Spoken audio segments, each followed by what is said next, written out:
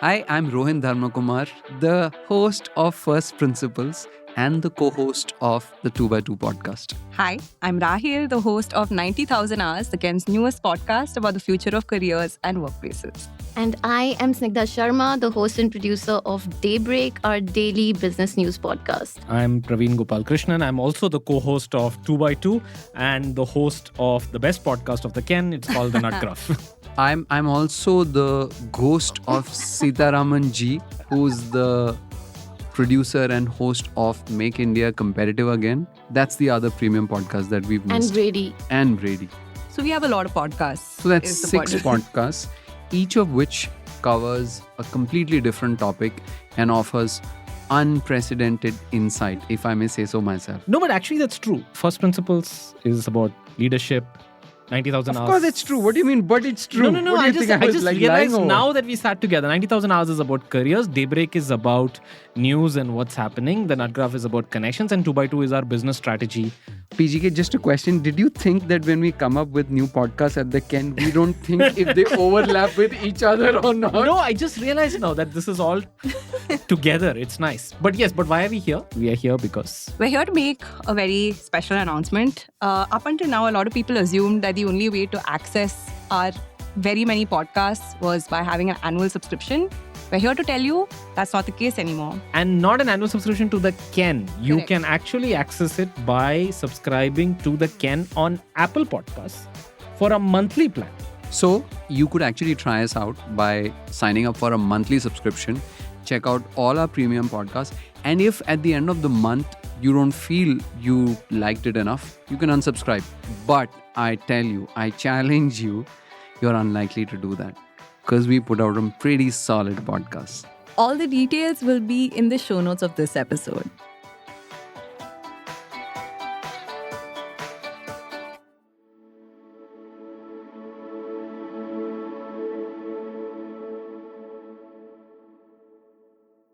Do you remember what happened when Dhirubhai Ambani passed away without a will? The chaos and mess of the feud between his sons Mukesh and Anil Ambani covered many a front page. Then there was a rather sad turn of events that went down with the Raymond family. Vijaypad Singhania, the founder, later went on to say that parents everywhere should avoid transferring all their savings to their children within their lifetime. Of course, what I just told you is a rather sanitized summary of two very tumultuous incidents. Right now, India has over 850,000 millionaires. Out of these, about 13,000 have assets over $30 million. And at least half of them are looking to transition their business and wealth in the next 5 to 10 years, all in order to build a legacy for future generations.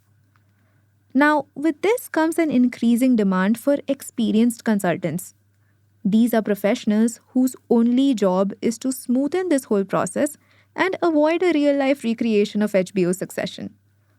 Meet Arun Dayaniti, for example. He is the founder of Dhrona Consulting, a family business advisory and one of the only 20 full-time succession coaches in India. His job description basically involves putting out fires for families worth millions as they go through leadership transitions. Let me tell you about this case from Tamil Nadu, for instance. 6 siblings were caught in quite a bind when their 55-year-old patriarch and founder of a $41 million business refused to give over the reins. Not because his children weren't ready, because, well, he wasn't. And so they looped in Dayaniti. He presented them with a compromise, or a loophole, depending on how you see it. A new entity was created and the non-retiring founder was made the head. Meanwhile, the siblings took over as directors.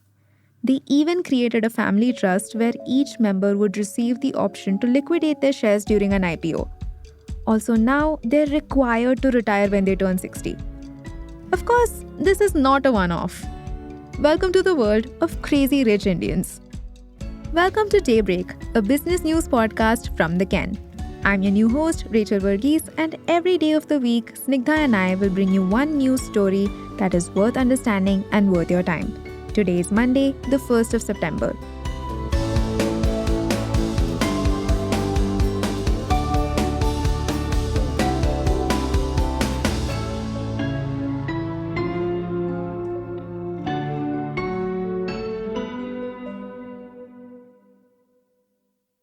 very few people hand over the reins of their business empires gracefully. So when coaches like Dayaniti come on board, they're expected to deliver creative maneuvering, like in the story I just told you, all without ruffling feathers and also avoiding lawsuits. Prashant Joshi, co-founder and partner at Upvisory, a Hyderabad-based financial advisory firm, told us that it's not as easy as dividing assets equally among the next generation. It's also about allocating them a share of what they each deserve and are worthy of. And as you can imagine, this can get messy and quite chaotic. So, this is when the coaches step in. The thing is, succession planning and coaching is quickly developing into a position that involves not just consulting. It includes sustained therapy, professional grooming, mediation, and long term strategy. Although the process begins with the creation of a family tree with the patriarch or matriarch on top, it's not just enough to speak to the head honcho and set up a plan that's amicable to them. When they say succession is a family business, it really is. Every generation has to be involved. Everyone needs to be open to dialogue and everyone has to agree to the plan. Sometimes it takes months just to get people talking. We spoke to Sunit Mehra, partner and family business consultant at Hunt Partners. And he told us that generally, first meetings between the first and second generations and the planners are held offsite. Guess why? Because there's a high chance that somebody will storm off. Coaches are even tasked with cajoling them to return because until everybody's at the table, there's no possibility of discussion. And sometimes people even want to avoid talking about personal wealth altogether. However, a lot of it becomes easier if there is a well-wisher of the family with some experience to help deal with the situation. Think the Ambani brothers split mediated by the prominent banker K.V. Kamath. But families cannot sustain if the patriarch insists on holding control for a long period. Like Somil Shah, managing partner at Claridge Advisory, put it, if you don't hand over the control, then what's the motivation for the next generation to take over? Claridge, by the way, is a Mumbai-based company that helps families with regulatory and family office-related procedures. Now, dealing with one family succession plan in itself can take anywhere between 6 months to 3 years. Most planners don't engage with more than 4 families in a year. The problem, though, with this whole affair is that there are not enough succession planners to meet the demands of the rising number of HNIs in the country. According to Dayaniti, the country needs at least 1,000 succession coaches, but we hardly have 20 full-time coaches currently. At least 6 succession coaches the Ken spoke to believe India rarely has families whose businesses survive beyond the 4th generation. That's because the families don't bring in external management and remain too involved in the business themselves. As Mehra says, we need to build more companies in India that grow into the 6th generation. He says the reason we see so many European companies that are massive and worth multi-billion dollars is because they have been around for several decades. And more importantly, the family has moved out of running the company by the 4th generation. More on this in the next segment.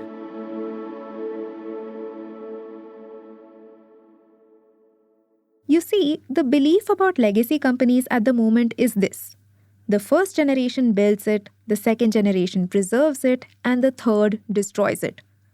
So, to avoid this turn of events, Indian families are slowly becoming more open to the idea, the process, and the structure of succession planning. In fact, a lot of families today have set up talent committees, which is basically a panel of experts, family business advisors, and succession coaches. And their job is to provide the necessary focus and attention to groom the next generation into successful leaders. Venkatesh Kalyanasundaram, partner at IIFL Wealth, a wealth management company, told us that the days when you would bring in your kids and straight away make them directors are long gone. The next generation doesn't seem to be all that interested in getting their hands dirty running their business. Instead, they are now leaning more towards setting up family offices and managing their wealth. Even Uday Kotak, founder of Kotak Mahindra Bank, recently made a dig at this shift in family businesses. He said, young business heirs are taking the easy way. instead of creating real-world business. Now, Kotak himself stepped down from the role of managing director and chief executive officer at India's fourth largest bank. He placed his son Jay in charge of the bank's digital vertical. And he made Ashok Vaswani, a banker with more than 4 decades of experience, his successor in early 2024. This means that now coaches like Dayaniti are being able to convince families to bring in professionals. These professionals can then run the companies and reduce the operational work for the successors. Now, technically speaking, it is a family decision at the end. But the reality is that these planners wield tremendous power. Yash Podar, a third-generation successor and chief investing officer at his family business, told us that the coaches have a lot of responsibility to ensure there's no personal agendas in the mix. This person can make or break a succession plan. And with all the chatter around the reintroduction of inheritance tax in India, succession planning may be a prudent way to get ahead of the game. According to Podar, the entire wealth of the family would be susceptible to a singularly high level of taxation if they don't do this. So yes, for India's uber rich, succession planning is all about legacy and ensured continuity. But right now, it's less about parting notes and more about protective measures.